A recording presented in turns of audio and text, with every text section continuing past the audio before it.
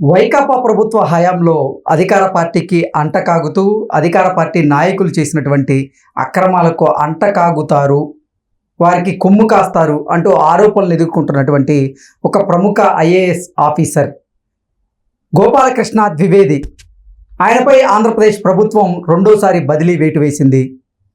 ఆయన్ను సాధారణ పరిపాలనా శాఖకు బదిలీ చేస్తూ ఆంధ్రప్రదేశ్ ప్రభుత్వం ఉత్తర్వులు జారీ చేసినటువంటి నేపథ్యంలో దానికి కారణం ఏంటనేది మనం విశ్లేషణ చేసుకునేటువంటి ప్రయత్నం చేద్దాం. ప్రస్తుతం మనతో పాటు ఉన్నారు ప్రముఖ రాజకీయ విశ్లేషకులు, ప్రముఖ సీనియర్ జర్నలిస్ట్ దుర్గా వడ్లమణి గారు. వారితో మాట్లాడదాం. దుర్గా, నమస్తే అండి. నమస్తే. గోపాలకృష్ణ ద్వివేది ప్రముఖ ఐఏఎస్ ఆఫీసర్, ఆయన మీద ఆంధ్రప్రదేశ్ ప్రభుత్వం రెండోసారి బదిలీ వేటు వేసింది. ఆయన గతంలో కొన్ని ఆరోపణలు ఎదుర్కొంటూ ఉన్నారు. అధికార పార్టీకి అంటకాగారని, అధికార పార్టీ నాయకులు చేసినటువంటి అక్రమాలకు, అన్యాయాలకు ఆయన కొమ్ము కాశారు అంటూ ఆయన మీద ఆరోపణలు వచ్చినటువంటి నేపథ్యంలో ఆయన మీద రెండోసారి బదిలీ వేటు వేసింది ఆంధ్రప్రదేశ్ ప్రభుత్వం. అసలు ఆ బదిలీ వేటుకి కారణం ఏంటి? నిజంగా గత ప్రభుత్వానికి ఆయన కొమ్ము కాయడమే ఈ రెండోసారి బదిలీ వేటుకు కూడా కారణమా అంటే ఏం చెప్తారు? ఇక్కడ కొమ్ము కాయటం ఒకటే కాదండి, అంటే గత ప్రభుత్వం చేసిన తప్పిదాలు ఏవైతే ఉన్నాయో వాటిల్లో ఈయన కూడా భాగస్వామి అయ్యారు. అంటే ఈయన యాక్చువల్గా దగ్గరుండి చేయించినట్టే లెక్క మనం చెప్పుకోవాలంటే. అసలు మనం ఏం చెప్పాలంటే, ఇప్పుడు ఏ ఐఏఎస్ కావచ్చు, ఎవరైనా సరే అక్రమాలు చేసినప్పుడు ఒక ప్రభుత్వం చేయమన్నప్పుడు వీళ్ళు చేశారనుకోండి, వీళ్ళని కూడా అందులో భాగస్వాములు చేయాలంటే శిక్షకి నేను మాట్లాడుతున్నా. అసలు కొత్త చట్టం తీసుకురావాలి. ఇప్పుడు రాజకీయ నాయకులు చెప్తున్నారని వీళ్ళు భయపడి చేసేస్తే ఇది ఎక్కడికి వెళ్తుందండి? ఇలాంటి వ్యవస్థలు ఏమైపోతాయి? ఇప్పుడు చెప్పినా కూడా ఎదురు తిరగగలిగే ఒక ఇది వాళ్ళలో ఉండాలి. ఏ ప్రభుత్వ ఉద్యోగాన్ని, ఒక ఐఏఎస్ కావచ్చు, ఐపీఎస్ కావచ్చు, వాళ్ళు అంత కష్టపడి చదువుకుని వచ్చి వాళ్ళు చివరికి ఎక్కడికి వెళ్తున్నారు? వాళ్ళు ఏదో ఒక ప్రలోభానికి లోనయ్యి వాళ్ళ కెరీర్ మొత్తంలో సంపాదించుకున్న మంచి పేరు పోతోంది. జీవితకాలం వాళ్ళ కేసులు ఎదుర్కొంటున్నారు, అటు ఆరోగ్యము దెబ్బతింటుంది. అంటే ఇవన్నీ కూడా ఇంటర్లింక్డ్ మనం చెప్పేది. సో దీనికోసం వ్యవస్థలో మార్పులు రావాలండి. ఈ రోజు చంద్రబాబు నాయుడు గారు ఈ నిర్ణయం తీసుకున్నారు. చంద్రబాబు నాయుడు గారు మారారా అని ఒక ప్రశ్న అందరిలో వస్తోంది. మారాలి. మనిషి అన్నాక గతంలో లాగానే ఉంటాను అంటే కుదరదు కదా. ఇప్పుడు అవసరమైనప్పుడు చకచకా నిర్ణయాలు తీసుకుంటేనే ముందుకు వెళ్ళగలదు ప్రభుత్వం. అందులో ఇప్పుడు వాళ్ళ ముందు చాలా ఛాలెంజెస్ ఉన్నాయి కదా. ఇవాళ 1, 2 కాదు. ఇప్పుడు ఏ శాఖ ముట్టుకున్నా అవినీతిమయమే, ఏ శాఖ ముట్టుకున్నా పావులు తేలులాగా అక్కడ అన్ని దొరుకుతున్నది అదే. ఎవరెవరు ఏం తిన్నారు, ఏం జరిగింది అంతా అర్థం కావట్లే మనకి. సో ఈయన అసలు ఈ గోపాలకృష్ణ ద్వివేది ఏంటి అని ఆలోచిస్తే, మనం గతంలో ఆయన ప్రధాన ఎన్నికల అధికారిగా ఉన్నారు. 2019లో ఆయన చాలా ఇబ్బంది పెట్టారు అప్పుడు తెలుగుదేశం ప్రభుత్వాన్ని అన్ని రకాలుగా కూడా. ఆ తర్వాత ఒక్కసారి వైసీపీ వచ్చాక జగన్మోహన్ రెడ్డికి అనుకూలంగా ఆయన అన్ని విషయాలను వ్యవహరించారు. అప్పుడు వాళ్ళు ఏం చేశారు? ఆయనకి కార్మిక శాఖ ఇచ్చారు, తర్వాత ముఖ్యంగా గనుల శాఖ కేటాయించారు. గనుల శాఖ కేటాయించాక ఈయన అక్రమంగా ఈ మైనింగ్లు కావచ్చు, లేకపోతే ఇసుక దందాలు కావచ్చు, వీటన్నింటికి కూడా ఆయన కొమ్ము కాశారు అని ఆయన మీద ఆరోపణలు ఉన్నాయి. సో ఈ ఆరోపణలో భాగంగా ఈయన మొత్తానికి 5 ఏళ్ళు ఇష్టానికి ఉండటమే కాకుండా ఆయన పంచాయతీరాజు ఇవన్నీ కూడా, పురపాలక శాఖ ఇవన్నీ కూడా ఆయనకు అప్పచెప్పారు అప్పుడు. అంటే ఈ మైనింగ్ శాఖతో పాటు ఇవన్నీ కూడా. సో అక్కడ మీకు గుర్తుంటే గతంలో వాళ్ళు పార్టీ రంగులు వేశారు. వేసినప్పుడు ప్రభుత్వం చీవాట్లు పెడితే మళ్ళీ ఆ రంగులు మార్చి. సో మనం ఏం ఆలోచించాలంటేనండి, మీరు ఒక ఉన్నత అధికారి, మీరు ఒక ఐఏఎస్ చదువుకుని చక్కగా ఒక ఉద్యోగానికి వచ్చిన వ్యక్తి, మీరు ఒక పార్టీకి అనుగుణంగా మాట్లాడుతూ లేకపోతే పనులు చేస్తూ ఇప్పుడు అంత రంగులు వేయించారు ఆయన. మళ్ళీ ఆ రంగులన్నీ తీయించడానికి బోల్డ్ ఖర్చు అయింది కదండి. అంటే ఈ 100 కోట్లు ఎవరి డబ్బు ఇది? మనం ఆలోచించాల్సినది. ఇట్లా డబ్బు ఖర్చు పెట్టినప్పుడు డెఫినెట్ గా వాళ్ళ మీద చర్యలు ఉండాలండి. ప్రభుత్వంలో ఉండే ముఖ్యమంత్రి కావచ్చు, లేకపోతే కన్సర్న్ మినిస్టర్ కావచ్చు, ఎవరైనా సరే వాళ్ళకి కూడా అందులో భాగస్వాములను చేస్తూ ఈ ఐఏఎస్లు ఎవరైతే వీళ్ళతో ఉంటారో ఈ ముగ్గురు మీద కూడా ఆ అవినీతి సొమ్ముని వాళ్ళ దగ్గర నుంచి రికవరీ చేసేలాగా ఒక చట్టం తీసుకొస్తే బాగుంటుంది. ఎందుకంటే ఎవరి సొమ్ము అండి ఇది? ప్రజలు కష్టపడి ట్యాక్సులు కట్టి, మిడిల్ క్లాస్ వాళ్ళు ఎస్పెషల్లీ మీరు చూస్తే కనుకైతే. సో వీళ్ళందరి సొమ్ము మీరు ఇలా తినేస్తే ఎట్లాగండి?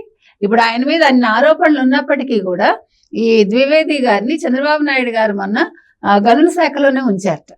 దాని అంటే కార్మిక శాఖని తప్పించారు, కానీ దాని మీద మళ్ళీ విమర్శలు వచ్చేసరికి ఆంధ్రప్రదేశ్ లో కూటమి ప్రభుత్వం కొలువుదీరి 3 వారాలు కూడా పూర్తి కానటువంటి నేపథ్యంలోనే ఈ ప్రముఖ ఐఏఎస్ ఆఫీసర్ ఎవరైతే ఉన్నారో గోపాలకృష్ణ ద్వివేది, ఇతని మీద ఆంధ్రప్రదేశ్ ప్రభుత్వం రెండోసారి బదిలీ వేటు వేసింది. ఇప్పుడు సాధారణ పరిపాలనా శాఖకే ఆయన్ని బదిలీ చేసినట్లుగా ఉత్తర్వులు కూడా జారీ చేసింది. దీన్ని ఎలా చూడాలి? అంటే అసలు కేవలం 3 వారాల్లోనే రెండవసారి బదిలీ వేటు ఆయన మీద పడింది. ఎందుకు? కారణం ఏంటి అసలు? అదే చెప్తున్నానండి. ఇప్పుడు కార్మిక శాఖ నుంచి తప్పించి గనుల శాఖ ఆయనకు ఉంచారండి. ఉంచినప్పుడు దాని మీద విమర్శలు వచ్చాయి చంద్రబాబు నాయుడు గారి మీద. అంతలాగా అక్రమాలు చేసి వాళ్ళకంతా మైనింగ్ అంతా ఆయనే కదా దగ్గరుండి నడిపించాడు ఆయన. కావలసిన వాళ్ళందరికీ ఫేవర్ చేసి జగన్మోహన్ రెడ్డి గారికి అవన్నీ చేసినందువల్ల ఈ రోజు విమర్శలు ఎదుర్కొన్నది చంద్రబాబు నాయుడు గారు. మీరు ఇటువంటి అవినీతి ఆఫీసర్ కి మీరు ఎట్లా గనుల శాఖలో ఉంచేశారు మీరని. అప్పుడు ఆయన మొత్తం అంతా చూసుకున్నాక ఇప్పుడు సాధారణ పరిపాలన శాఖకి ఆయన్ని ట్రాన్స్ఫర్ చేయడం జరిగింది. అంటే గతంలో అధికార పార్టీకి కొమ్ముగాసాడు అనే ఉద్దేశంతోనే గోపాలకృష్ణ ద్వివేది మీద ఇప్పుడు బదిలీ వేయబడిందా, లేదంటే అసలు ఇతనే అవినీతికి పాల్పడ్డాడు అంటూ ఆరోపణలు ఎదుర్కొంటున్నటువంటి నేపథ్యంలో ఆయన మీద బదిలీ వేటు వేశారంటే ఏం చెప్తారు? కొమ్ము కాయటం వేరండి, మనకి అవినీతి అక్కడ కనిపిస్తుంది కదా. ఇప్పుడు మీరు ఒక ప్రభుత్వానికి ఫేవర్ గా చేసి మంచి చేస్తే గొడవలే, ఓకే మీకు ఆ ప్రభుత్వం ఇష్టమైందా కాదా తర్వాత విషయం అది. కానీ మీరు తీసుకున్న నిర్ణయాలు ఉంటాయి చూడండి, ఆ నిర్ణయాలు ప్రజలకు ఉపయోగకరంగా ఉండాలి కానీ ఒక ప్రభుత్వానికో లేదా ప్రభుత్వానికి సంబంధించిన వ్యక్తులకో వాళ్ళకి ఫేవర్గా ఉండకూడదు. ముఖ్యంగా ఇప్పుడు ఈయన ఫేవర్ చేసిన వాళ్ళందరూ కూడా మీకు తెలుసు. మీరు అసలు గనులు అవన్నీ తీసుకుంటే మైనింగ్ ఇవన్నీ పెద్దిరెడ్డి మనకి చాలా బాగా తెలుసు. పెద్దిరెడ్డి, మిథున్ రెడ్డి వీళ్ళందరూ కూడా వాళ్ళు చేసిన అక్రమాలు మనకు తెలుసు. సో ఎప్పుడైతే మనిషికి ఒక డబ్బు అనేది చేతికి వచ్చిందో వాళ్ళకి ఒక అంటే విచ్చలవిడితనం వచ్చేస్తుందండి, వాళ్ళకి ఒక అహంకారం వచ్చేస్తుంది. నా అంతటి వాడు లేడు, ఎవరి మాట నేను వినక్కర్లేదు, ఇవన్నీ కూడా ప్రతిపక్షాల మీద వాళ్ళు చూపించారు. నాట్ ఓన్లీ ప్రతిపక్షం, ప్రజల్ని ఇబ్బంది పెట్టారు. ప్రతిపక్షంతో వాళ్ళు ఏ రకంగా ఉన్నారని పక్కన పెడితే ప్రజల్ని ఎన్ని రకాలుగా వాళ్ళు బాధ పెట్టారండి. మనకి పులివర్తి నానికి మనకి కళ్ళ ముందు ఉన్న కేసు, పులివర్తి నానికి 50 కోట్లు ఫైన్ వేశాట పెద్దిరెడ్డి. ఎందుకని? మైనింగ్ కి సంబంధించి ఆ లీజుల్లో వీళ్ళకి ఇవ్వాల్సింది ఇవ్వలేదు అని. మనం ఇవన్నీ విన్నాం మనం. సో మనం ఇవన్నీ తీసుకుంటే ఎక్కడి నుంచి ఎక్కడికి లింక్ వెళ్తోంది చూడండి. అంటే ఒక వ్యక్తి తీసుకునే నిర్ణయాల వల్ల ఒక నియోజకవర్గంలో కావచ్చు, 2 నియోజకవర్గాల్లో కావచ్చు, అక్కడ ఉండే రాజకీయ నాయకులు ఇబ్బంది పడుతున్నారు, ప్రతిపక్షాలు ఇబ్బంది పడుతున్నారు, ప్రజలు ముఖ్యంగా ఇబ్బంది పడుతున్నారు, ప్రజా ధనం దుర్వినియోగం అవుతోంది, అవినీతికి వెళ్తున్నారు వీళ్ళందరూ కూడా. అంటే రాజకీయ నాయకులు ఇబ్బంది పడినా లేకపోతే ఎమ్మెల్యేలు, ఎంపీలు ఇబ్బంది పడినా మనం పట్టించుకోవాల్సిన అవసరం లేదు.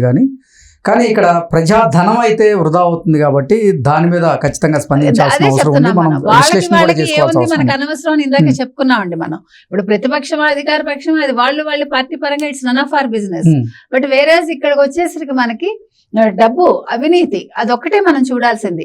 ఒక అధికారిగా మీరుంటూ మీరు ఇట్లాంటివి చేయకండి అని మనం చెప్తున్నాం అంతే, ఎవరికైనా చెప్తున్నాం. అది మీరు చక్కగా చదువుకొని వచ్చారు, మీరు పెద్ద ఉద్యోగంలో ఉన్నారు, మీరు సక్రమమైన పనులు చెయ్యండి, డబ్బుకి ఆశపడకండి, ప్రలోభాలకి లొంగకండి. ఏ ఆఫీసర్కైనా మనం అదే చెప్తామండి. అది IAS కావచ్చు, IPS కావచ్చు, జీవిత చర్మాంకంలో వీళ్ళందరూ మంచి పేరుతోటి ఇంటికి వెళ్తే బాగుంటుంది. గోపాలకృష్ణ ద్వివేది గారితో పాటుగా మరికొంతమంది IASల మీద, IPSల మీద కూడా ఆంధ్రప్రదేశ్ ముఖ్యమంత్రి చంద్రబాబు గారు బదిలీల వేయడం జరిగింది. అంటే వాళ్ళు కూడా గతంలో జగన్మోహన్ రెడ్డి పాలనలో జగన్మోహన్ రెడ్డికి అనుకూలంగా కొన్ని నిర్ణయాలు తీసుకున్నారు అనేటువంటి ఆరోపణలు ఎదుర్కొంటున్నటువంటి నేపథ్యంలోనే వారి మీద కూడా బదిలీలు వేటు వేశారు అంటూ మనం కొన్ని వార్తలు అయితే చూసినటువంటి నేపథ్యంలో ఇంకెంతమంది మీద బదిలీలు వేటు జరగబోతుంది? చాలా మంది మీద పడుతుందండి. ఎందుకంటే ఇప్పుడు ఏ శాఖ తీసుకున్న అవినీతిమయం అయిపోయిందండి. ఇప్పుడు ఎంతెంత స్కాములు, ఎంతెంత అక్రమాలు మీరు ఎక్కడ చూసినా ఇప్పుడు ఇవన్నీ కూడా తీసేసరికి తప్పకుండా మరి బదిలీలు తప్పవు. అయితే సరైన అధికారులను ఈయన తెచ్చుకోవాలి. మళ్ళా అంటే ఒక ఏమనాలి, అవినీతి రహితమైన ఒక నిబద్ధత కలిగిన ఒక వ్యక్తిని ఆయన తెచ్చుకోవాలి. ఇప్పుడు మనం చూస్తే పవన్ కళ్యాణ్ గారు తెచ్చుకుంటున్నారు కదా కృష్ణతేజని. ఎందుకని? అతను కేరళలో గంజాయి మీద అతను పోరాడాడు. సో చాలా మంచి పనులు చేశాడు అక్కడ, తెలుగు అబ్బాయి. సో అట్లాగా ఒక సరైన వ్యక్తిని వీళ్ళు నియమించుకుంటే అవినీతి రహిత పాలనకి ఆస్కారం ఉంటుందండి. ఓకే అండి, థ్యాంక్ యూ సో మచ్.